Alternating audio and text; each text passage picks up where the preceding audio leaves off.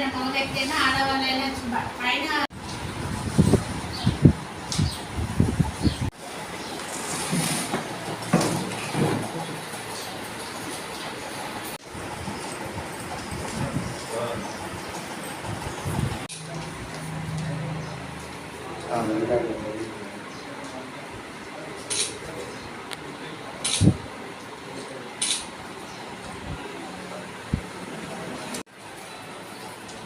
ప్రభుత్వ పరంగా ఈ ఎయిడ్స్ మీద అవగాహన కొరకు ఈ అవకాశం ఇచ్చినందుకు ప్రత్యేక కృతజ్ఞత తెలుపుకుంటూ నేను ఈరోజు ముందస్తులో ఉండదు ఆరోగ్యానికి ప్రిఫరెన్స్ అనేది నాకు ఇప్పుడు ఇచ్చే అవకాశాలు ఎక్కువ ఉంది. అందులో ఇప్పుడు మనం హెచ్ఐవి పైన మీకు ఎవరైనా అవగాహన కలిగిన సరస్సు కానీ అప్పుడేమైనా చెప్తారా?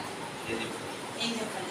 కొన్ని విషయాలు ఒక పావుగంట వినండి. మన ఆరోగ్యం పట్ల మనకు అవగాహన ఉంటే రీత్యా వేరు వేరు ఊళ్ళలోకి వెళ్తుంటారు. అవునా? కుటుంబాన్ని వదిలి వేరు వేరు ఊళ్ళలోకి వెళ్తుంటారు. అప్పుడు కుటుంబానికి దూరంగా వారం రోజులు 10 రోజులంతా వెళ్ళిన సమయంలో వేరు వేరు సంబంధాలు కలిగి ఉండటం వల్ల మరి ఇవన్నీ ఒక్కరైనా వచ్చేస్తాయా? రావు. ఒకరికి హెచ్ఐవి ఉన్న ఇంజక్షన్ వాళ్ళు వాడిన ఇంజక్షన్ ఇంకోటి వేస్తేనే వస్తుంది. ఒక స్త్రీకి హెచ్ఐవి ఉంటే పురుషుడు కలవడం వల్ల అతనికే వస్తుంది. అందరితోటి సంబంధం అట్లా ఉండడం వల్ల రాదు.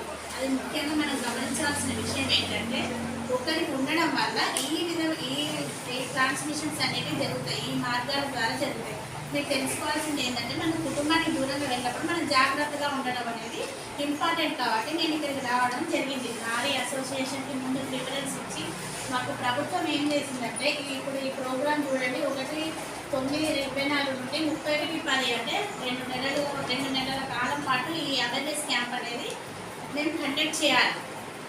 ఎవరికి చేయాలి? రిస్క్లో ఉన్న వారికి చేయాలి, అవగాహన లేని వారికి చేయాలి. చదువుకున్న వాళ్ళకి హెల్త్ క్యాంపులలో వాళ్ళకి అందరికి ఎంతో కొంత డిపార్ట్మెంట్ వాళ్ళకి అవగాహన ఉంటుంది. అవగాహన లేని వారికి మనం ఇది అవేర్నెస్ అనేది కల్పించాలి. కాబట్టి నేను ఇక్కడికి రావడం జరిగింది. సో మీకు ఏమైనా ఇంకా డౌట్ ఉంటే మమ్మల్ని అడగవచ్చు. మొత్తం అయిపోయిన తర్వాత అన్ని రిపోర్ట్స్ ఒక 2-3 డేస్లో వస్తుంది. హెచ్ఐవి మాత్రం రాదు. హెచ్ఐవి పరీక్ష మాత్రం ఐసిటిసి కేంద్రాలు, ఐసిటిసి అంటే